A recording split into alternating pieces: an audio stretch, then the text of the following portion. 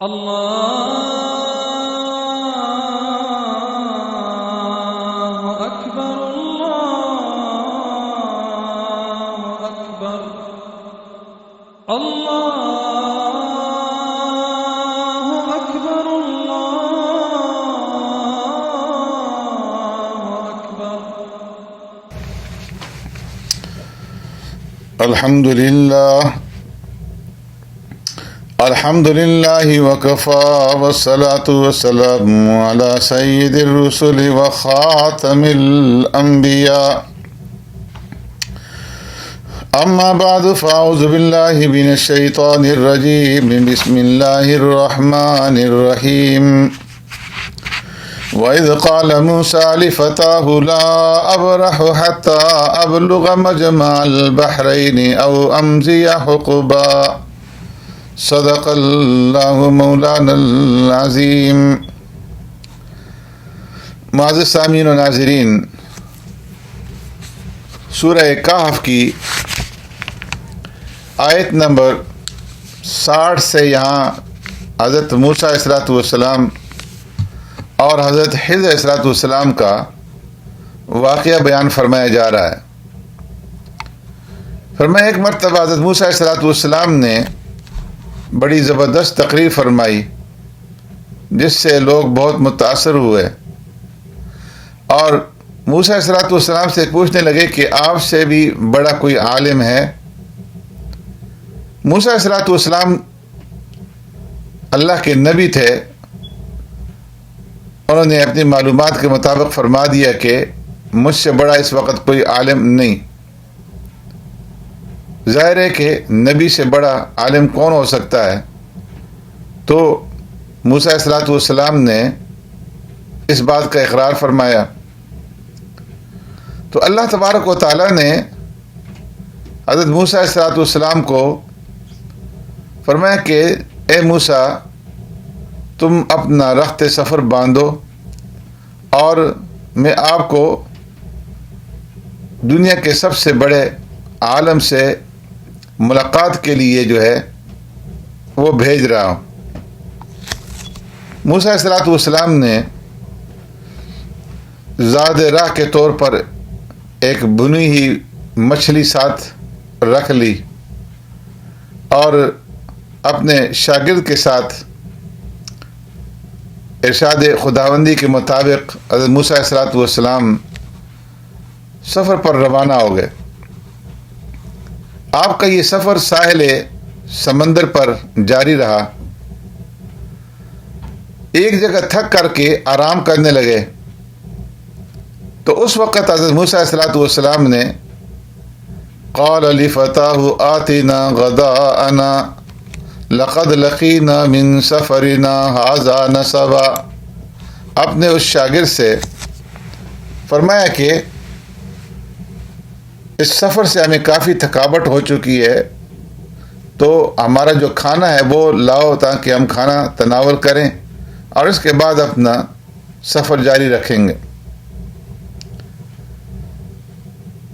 تو حضرت موسیٰ علیہ السلام کے شاگرد نے بتایا کہ ہمارا جو زاد راہ تھا، جو مچھلی بنی ہوئی مچھلی، روسٹ کی ہوئی مچھلی ہمارے ساتھ تھی، وہ تو راستے کے اندر ایک عجیب طریقے سے زندہ ہوئی اور سمندر کے اندر اس نے چھلانگ لگا لی اور میں آپ کو بتانا جو ہے بھول گیا، شیطان نے مجھے بلوا دیا. موسیٰ علیہ السلام نے فرمایا کہ وہی مقام تھا جہاں پر ہماری ملاقات ہونی تھی اس عالم سے، تو اس لیے واپس چلو. چلتے چلتے سمندر کے اس کنارے پر پہنچ گئے جہاں آپ کی ملاقات حضرت خضر علیہ السلام سے ہوئی. حضرت موسیٰ علیہ السلام نے حضرت خضر علیہ السلام سے ساتھ رہنے کی اجازت مانگی تو انہوں نے اس شرط کے ساتھ اجازت دی کہ آپ مجھ سے کوئی سوال نہیں کریں گے. موسیٰ علیہ السلام نے قبول فرما لیا. لیکن اس کے بعد پھر 3 عجیب واقعات پیش آئے. پہلے واقعے میں حضرت خضر علیہ السلام نے جاتے ہوئے جب ایک کشتی کے اندر یہ تینوں حضرات سوار ہو گئے تو اس کشتی کو پھاڑ ڈالا، اس کا ایک تختہ جو ہے اسے نکال دیا حالانکہ کشتی کے مالک نے ان کو بغیر کرائے کے کشتی کے اندر بٹھایا تھا۔ اس کے اوپر حضرت موسیٰ علیہ السلام سے صبر نہ ہو سکا اور فرمایا کہ آپ نے اس کشتی کو کیوں عیبدار بنا دیا؟ حضرت خضر علیہ السلام نے فرمایا کہ میں نے پہلے ہی کہہ دیا تھا کہ آپ صبر نہیں کر سکیں گے۔ تو موسیٰ علیہ السلام نے عذر کیا کہ میں بھول گیا تھا اور میرے اوپر جو ہے اس کا معاوضہ نہ فرمائے۔ پھر آپ نے سفر جاری رکھا اور دوسرا واقعہ پیش آیا کہ ایک معصوم بچے کو حضرت خضر علیہ السلام نے پکڑ کر کے قتل کر دیا، اس کا گلا گھونٹ دیا۔ اس پر بھی موسیٰ علیہ السلام بول پڑے۔ اس کے بعد آگے بڑھے تو ایک بستی کے اندر، ایک گاؤں کے اندر پہنچے۔ بھوک لگی ہوئی تھی، بستی والوں سے کھانا طلب کیا، انہوں نے انکار کر دیا۔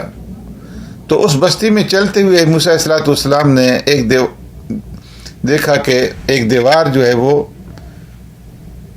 گرنے کے قریب ہے، تو خضر علیہ السلام نے اس بوسیدہ دیوار کی تعمیر شروع کر دی۔ اب یہاں پر پھر موسیٰ علیہ السلام بول پڑے کہ آپ نے بغیر کسی معاوضے کے اس دیوار کی تعمیر کر دی، جبکہ گاؤں والوں نے کھانا کھلانے سے بھی انکار کر دیا تھا۔ اگر آپ چاہتے تو معاوضے کے طور پر کھانا طلب کر سکتے تھے۔ تو حضرت خضر علیہ السلام نے اس موقع پہ جدائی کا اعلان کر دیا اور پھر فرمایا کہ اب آپ میرے ساتھ مزید نہیں چل سکتے۔ ہاں، تینوں واقعات جو پیش آئے ہیں، ان واقعات کی اصل حقیقت میں آپ کے سامنے بیان کر دیتا ہوں۔ فرمایا کشتی کا تختہ اس لیے میں نے توڑا تھا کیونکہ آگے ایک ظالم بادشاہ کے کارندے کھڑے تھے جو ہر سالم اور نئی کشتی کو زبردستی چھین کر کے شاہی خزانے کے لیے جمع کر لیتے تھے۔ میں نے اس کشتی کو عیبدار کر دیا تاکہ اسے عیبدار دیکھ کر کے یہ ظالم اس کشتی کے اوپر قبضہ نہ کر سکیں اور ان غریبوں کا ذریعہ معاش محفوظ رہے۔ اور بچے کو میں نے اس لیے قتل کیا کہ کیونکہ یہ بڑا ہو کر والدین کے لیے فتنہ اور بہت بڑی آزمائش بن سکتا تھا، جس کی وجہ سے اللہ تبارک و تعالیٰ نے مجھے اس کا حکم دیا اور میں نے اسے قتل کر دیا تاکہ وہ والدین کو کفر کی نجاست میں مبتلا نہ کر سکے، جبکہ اللہ تبارک و تعالیٰ نہیں چاہتا تھا کہ اس کے انتہائی نیک والدین میں اس کی محبت میں ایمان سے محروم ہو جائیں۔ اس لیے اللہ نے اسے مارنے کا اور اس کے بدلے انہیں باکردار اور محبت اور اطاعت کرنے والی اولاد دینے کا فیصلہ فرمایا۔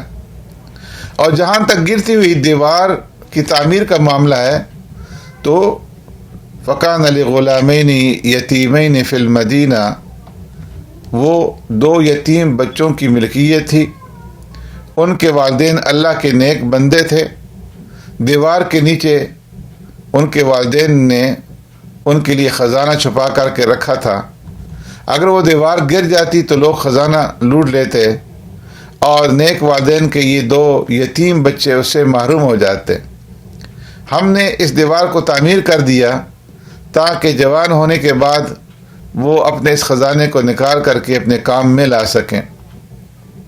حضرت موسیٰ اور حضرت خضر علیہ السلام کے واقعے سے ہمیں یہ سبق ملتا ہے کہ ہمارے سامنے شب و روز جو واقعات پیش آتے ہیں، کسی کو جوانی یا بچپن میں موت آ جاتی ہے، کوئی کسی حادثے کا شکار ہو کر زخمی ہو جاتا ہے اور کسی کی عمارت گر جاتی ہے، کسی کا چلتا ہوا کاروبار ٹھپ ہو جاتا ہے، تو ان واقعات کے پس پردہ بھی بڑی عجیب و غریب حکمتیں اور حقائق پوشیدہ ہوتے ہیں۔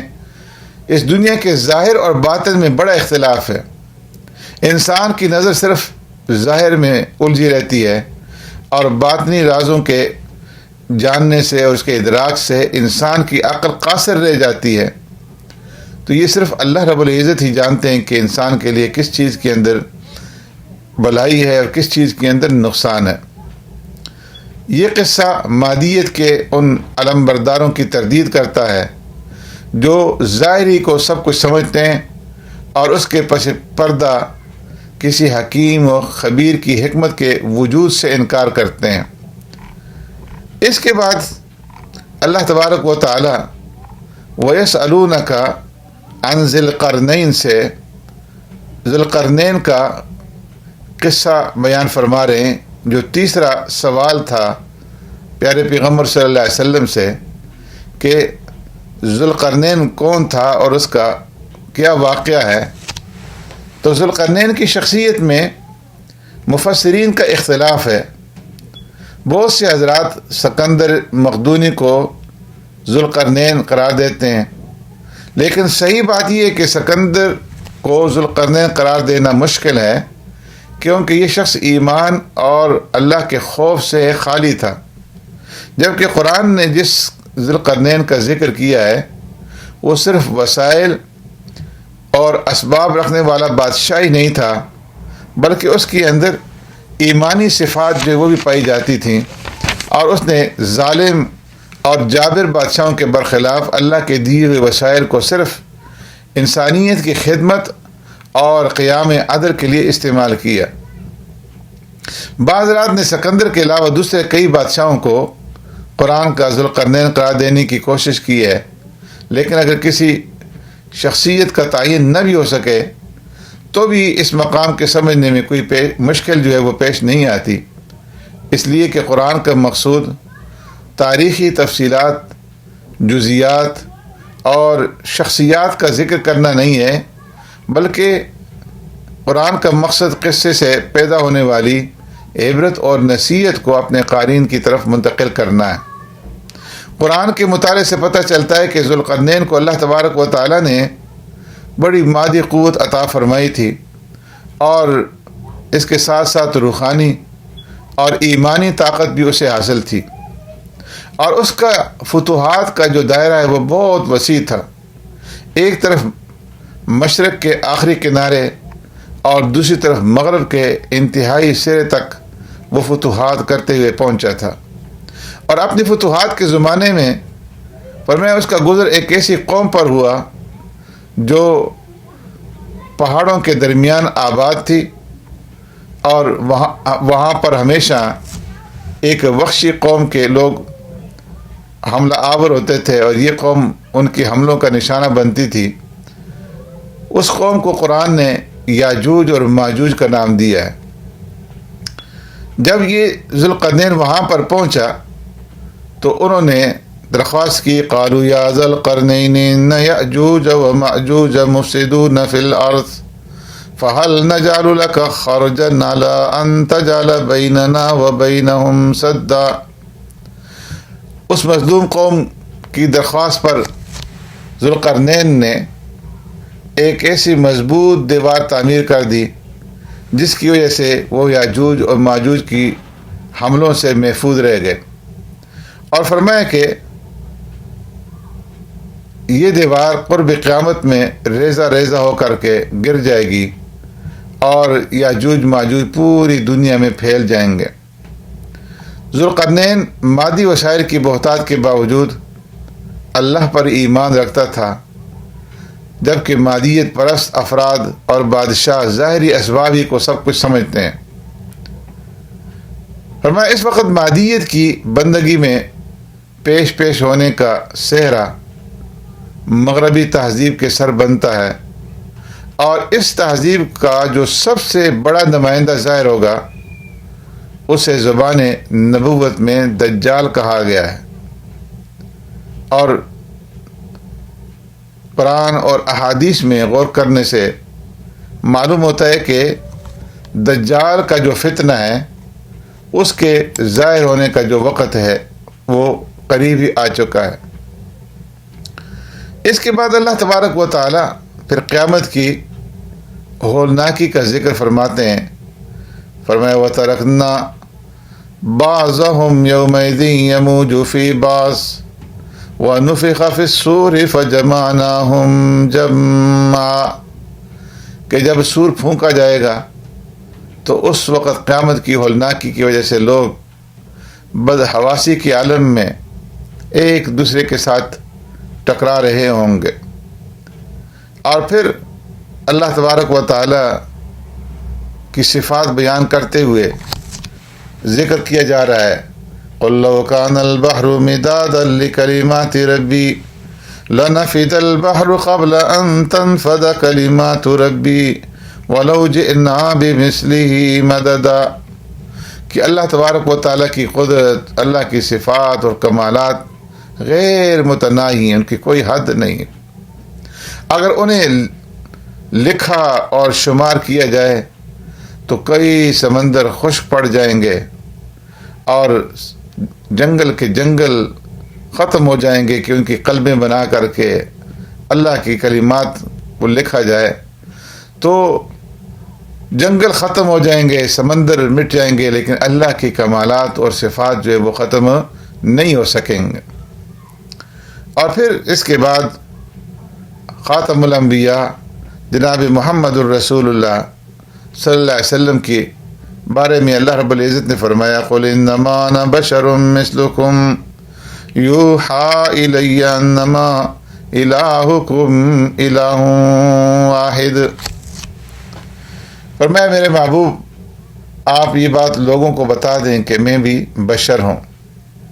بشریت خاتم الانبیاء علیہ الصلوۃ والسلام کا ذکر فرمایا کہ میں بھی بشر ہوں، تمہاری طرح کا ایک انسان ہوں، تم بھی بشر ہو. بس فرق یہ کہ یوحیٰ الیہ مجھ پر وحی آتی ہے، میں اللہ کا فرستادہ اور بھیجا ہوا نبی اور رسول ہوں، اور تم پر وحی نہیں آتی. اور فمن کان یرجو لقاء ربہ فلیعمل عملا صالحا، اللہ کی طرف سے وہی یہ کہ جو شخص اللہ تبارک و تعالیٰ سے ملنے پر یقین رکھتا ہو تو اسے چاہیے کہ نیک اعمال کرے، اللہ کی عبادت میں کسی اور کو شریک نہ ٹھہرائے. اور قبولیت اعمال کی بنیاد فرمایا کہ 3 شرطوں پر ہے. ایک یہ کہ عقیدہ ٹھیک ہو، اگر عقیدہ ٹھیک نہیں تو کتنا بھی اچھا کام کرے وہ اللہ کے ہاں فائدہ مند نہیں. اور عقائد میں بنیادی عقیدہ ایمان ہے، اگر کسی کے پاس ایمان کی عظیم الشان نعمت نہیں تو وہ کتنا ہی اچھا کام کرے اس کا کوئی فائدہ نہیں. پھر نیت ٹھیک ہو، اگر نیت درست نہیں ہے تو چاہے کتنا ہی اچھا کام کرے وہ قبول نہیں ہوگا. اور تیسرا یہ کہ انسان جو بھی عمل کرے، جو بھی کام کرے وہ سنت کے مطابق ہو. اگر پیارے پیغمبر صلی اللہ علیہ وسلم کے طریقے کے مطابق نہیں ہوگا تو بیکار ہوگا. اللہ تبارک و تعالی ہمیں تمام کاموں کے اندر پیارے پیغمبر صلی اللہ علیہ وسلم کی اتباع کرنے کی توفیق عطا فرمائے. سبحانک اللہم و بحمدک نشہد ان لا الہ الا انت نستغفرک و نتوب الیک.